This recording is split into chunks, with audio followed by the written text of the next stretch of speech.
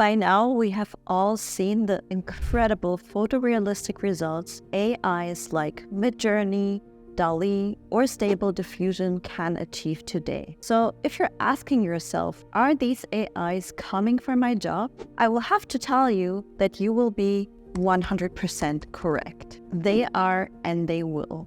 But there is a silver lining. And today I want to discuss in this video with you which are the 5 photography areas, the 5 genres that AIs are not going to replace real photographers anytime soon. So after it, you and I can sleep well at night, at least until the year 2029, when AGI is predicted to arrive, and then nobody knows what's going to happen.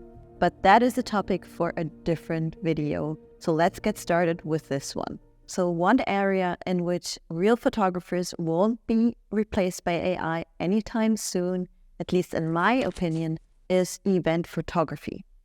So any sort of real life events that are taking place out in the real world will still have to be documented by a real person. That is until AI and robotics are combined to actually create a physical being that can go out, walk around at these events and shoot photos. But in my opinion, we are still a couple of years off for that development. So until robotics is achieving human-like capacity, we still will need photographers like you and I to go out to events and shoot the real people, shoot them from all types of angles. And a specific area within event photography that I believe will, even if robotics arrives, will not be replaced so soon, is probably wedding photography. And that is because it's such an emotional and human event that I believe couples will still prefer another human being to be present and shoot the wedding instead of an AI/robot. The second area that I'm thinking of is reporting and news photography. So any event that is taking place and is newsworthy, we will still be sending out real human photographers to capture that event and to cover the story for news outlets. I guess what's worthwhile to mention in the area of photojournalism and news is, of course, that AI is already replacing, or let's say faking, the type of news reporting that we are having today by people creating fake photography of news events and completely making up those news and creating pictures and videos that simulate actual real-life news events that never actually happened. So I believe it will be even more important in the future to have verified people go out there and cover those events to somehow be able to distinguish what's real and what is really happening in our world to what somebody decided to create through an AI on their computer. This brings me to the next area that I believe AI will be replacing photographers, and that is the area of social documentary. So when we have news, we have people going out there shooting like current fast events. But there's a different area where we need photojournalism and documentary style photography, and that is social documentary. So any type of creative things that you can think up in your own head and type into a computer, of course an AI can generate that image. But it cannot make up protagonists and stories that actually represent what is happening in our world. We can, of course, make fake social documentary stories through AI, but if we are interested in actual people's stories and what they have experienced or lived through, there will need to be a photographer going out there searching for these people and telling their stories. And this highlights another important aspect of where AI, I think, has its limitations, or at least the current iteration of AI that we are having and that we are collaborating with is it is only as good as our own ideas that we are able to type into the AI to generate the image. So if I can't think of a cool protagonist and a cool story, I won't be able to generate that image. And until the point where AI can actually replace us humans as the creators of ideas, so it will be operating independently of a human agent, we will still need the human to prompt the AI to come up with these stories. And we are limited in that capacity because there are just some stories worth covering out in the world that we cannot think up in our minds. We have to go out there to find these stories and cover them. But before I talk about that next point, please give this video a little like if you're enjoying this content so far and you want to stick around, subscribe to the channel.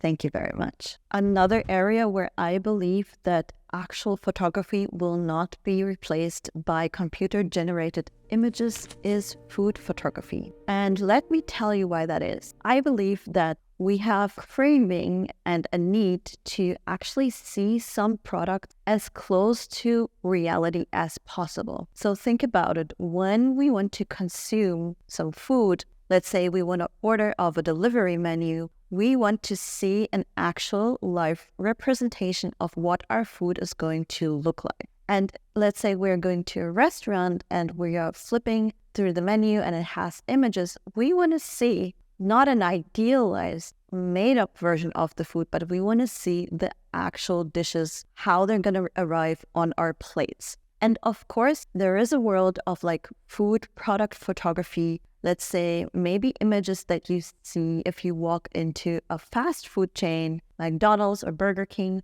and you see these idealized versions of your food, of the burger that they are offering. And you already know, we have already been trained through advertising photography that what is actually going to arrive in our hand when we order that burger is going to look nothing like what we actually see on the picture when we look at the advertising for that burger, right? So I think there will be this gray area where maybe some food chains will be using AI to generate an idealized version of their food. But I think when it comes to small businesses, restaurants, food delivery, we will still need actual photographers to take pictures of that food. And let me add on to this that I think any sort of product photography where we value as customers to see a representation of the product, the thing that we want to hold in our hands as close to life as possible, will probably require actual photographers to take that picture and take that picture in an interesting sort of way. There is a whole different area where photographers are still required to be present. And until we have robots doing that job, probably this area will stay an area for work for photographers. And that is architecture photography and interior photography. Because think about it, again, you need a human to walk into the room, to walk into the building, position the camera at a certain angle, and take an image of the room as the room is actually in real life. So you will capture the proportions of the room, you will capture the lighting in the room. That is often a very important point in architecture photography, to create beautiful lighting atmosphere.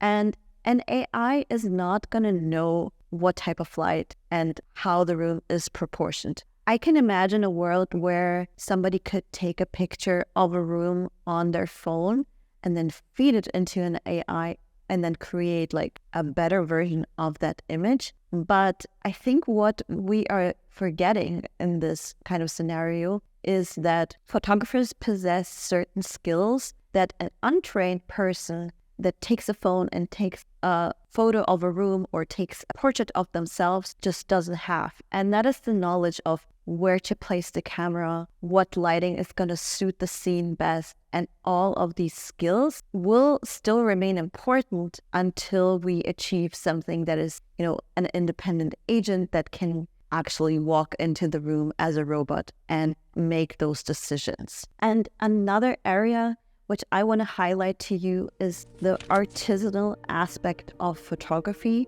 So more so in the area of artistic photography. I'm not saying that AI cannot do artistic photography. I think if you're thinking of like a very artistic photo project or maybe even a personal project, you can easily sit at your computer and prompt the AI to create any sort of image that you are having in your head, right? So in that sense, I don't think artistic photography is so unique that it cannot be replaced by AI. But I do believe that the artisanal aspect of photography, so creating actual physical prints on paper, creating maybe even analog type prints, and anything to do with the analog process of photography, I think we'll see a major comeback. And it has been having a cool comeback in the, I'd say, last 5 to 10 years. It has been like more prevalent in areas like advertising, lifestyle, and fashion photography.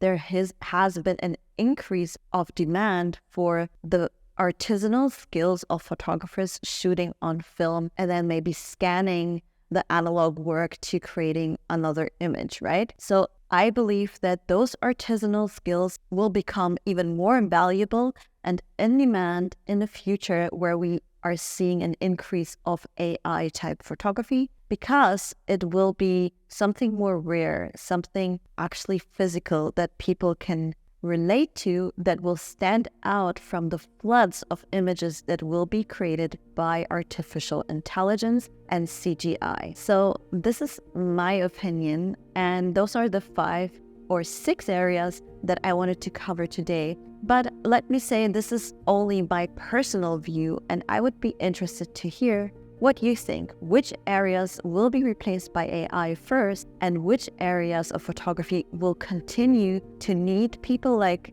you and I to actually go out and shoot that picture? Thank you for watching, and I'll see you in my next video. Bye-bye.